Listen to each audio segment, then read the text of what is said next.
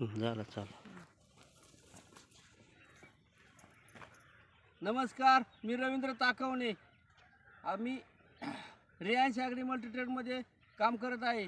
तर आज मी पारगाव या गावी राजेंद्र ताकवणे यांच्या प्लॉटवरती आलेलो आहे. त्यांना ॲग्री रियांश जॉकपॉट संदर्भात औषध दिलं होतं, तर ते त्यांच्या तोंडून सांगतील की त्यांच्या पिकाला काय बदल झाला आणि काय नाही. सांगा ना.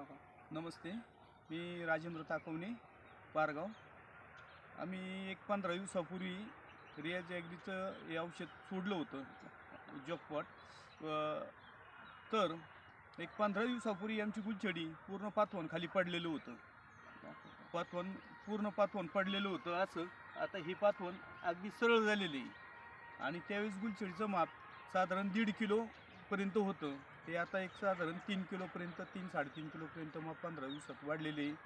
आणि पाहताना तो खुरापणीचा बी माती पण एकदम मऊ झालेली आहे. खुरापणीला बी एकदम भुसभुशीत पण आलेलं आहे. जे पहिले जे कडक होतं रोज सोडवण्यानी ते पण कडक झाले. आणि काडी तुम्ही म्हणता तर काडीचं बी आता एका जागेवर 3-3, 4-4 काडे एका ठिकाणी गोंडे निघालेले. ते एवढा ह्याचा फरक आहे. तुम्ही फरक नाही. अजून काय बदल झालाय आपल्या शेतामध्ये?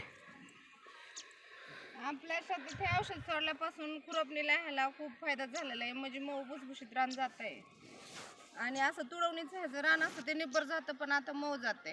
राजभाऊ, इतर लोकांना या संदर्भात काय सांगू शकता? इतर शेतकऱ्यांना मी हेच सांगू इच्छितो की या कंपनीचं हे औषध वापरले पिकाला तर फरक आहेच आपल्या. अगदी त्याच्याबरोबर आपल्या शेतीला जमिनीला बी पोत सुधारतोय.